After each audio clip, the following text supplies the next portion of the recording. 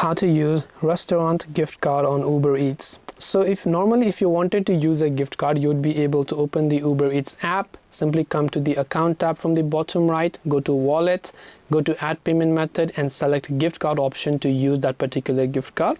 But unfortunately, restaurant gift cards can't be used on Uber Eats as payment is made to Uber, not the restaurant. So however, Uber Eats does accept Uber Eats and Visa gift cards. So if that's what you have, then you can definitely select that.